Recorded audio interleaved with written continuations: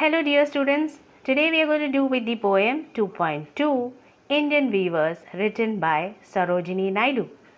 Sarojini Naidu was a political activist, a feminist and the first woman to become the president of the Indian National Congress.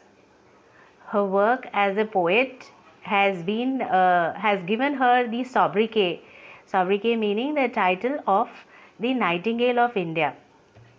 Now, this poem, Indian Weavers, particularly focuses the work of the Indian artisans, that is, the Indian weavers. The main purpose is to appreciate the work of the weavers. The poetess talks about three important events of human life, and you will find that each stanza talks about three different types of dresses that the Indian weavers weave at three different times of the day. Now let's try to understand the poem in detail. Indian weavers, I am referring to page 100 of the textbook. Weavers weaving at break of day, why do you weave a garment so gay? Blue as the wing of a halcyon while we weave the robes of a newborn child. The first stanza indicates the beginning of the life as a newborn baby. Now, the weavers are weaving at the break of the day. The poetess sees the weavers weaving a beautiful garment early in the morning. So, she is questioning them, why are you weaving such a beautiful dress? And the dress is being described as blue as the wing of a halcyon while. Halcyon is actually a kingfisher bird. Okay, so if you look at the bird's wings, it is blue. So that's why the poet is asking, why are you weaving such a beautiful dress? And it is being compared with the wings of a halcyon bird, a kingfisher bird. For this, they the weavers reply back that they are weaving the robes of a newborn child. Okay, so the color blue refers to something as loyal, something which is very tender, innocent, pure. You know, children are supposed to be, newborns are supposed to be very cute, beautiful, charming. So is the dress, and this dress is taken is woven with such care because it is meant for a newborn baby. Now the poetess moves on and she comes on towards the end of the day. It's almost eve. Weavers, now this is the second stanza. Weavers weaving at fall of night. Why do you weave a garment so bright? Like the plumes of the peacock, purple and green, we weave the marriage veils of a queen. Now the second stanza indicates the adult stage of human life. Again, the poetess is questioning the weavers that why are they weaving a garment which is so bright? It is so beautiful, just like the plumes of a peacock, just like the feathers of a peacock. If you've seen the feathers, it's a mix of blue and green. It's a mix of purple and green. So again, you see the middle stage of life is full of activeness, energy. One is fully focused on his studies, career, then getting married and having a settled life. So that's why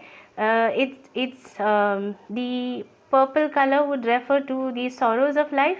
The greenery would refer to the happiness or the contentment, the prosperous life. So it's a mix. You would see that life is never the same. It's never full of bed of roses, neither it is full of thorns. So it's a mix of two, right? So why are you weaving? This is the question. Now, what are you weaving and why are you weaving this particular dress, which is so beautiful, like the feathers of the peacock? To which the weavers reply that they are weaving the marriage veil of a queen. So this is the right time to get married. So since it's the veil of a queen, it has to be weaved with so much of attention, and one has to be very careful, right? So it's a veil of the queen. Moving ahead to the third stanza. Weavers weaving solemn and still, why do you weave in the moonlight chill? White as a feather and white as a cloud, we weave a dead man's funeral shroud. The third stanza refers to the final stage, that is the end of life, death, right?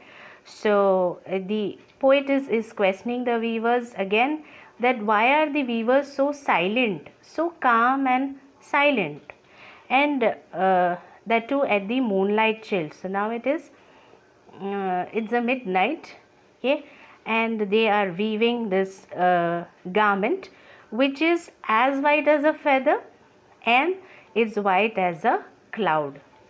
So feather is very light, right? And a cloud would refer to the emotionalless, the what you would say, the lifelessness, okay, of life. That's the death, the end. So in the end, what does a man need? He does not need anything.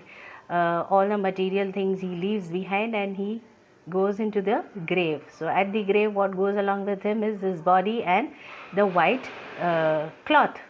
So they are weaving this white shroud to be covered, that white cloth to be covered over the dead man.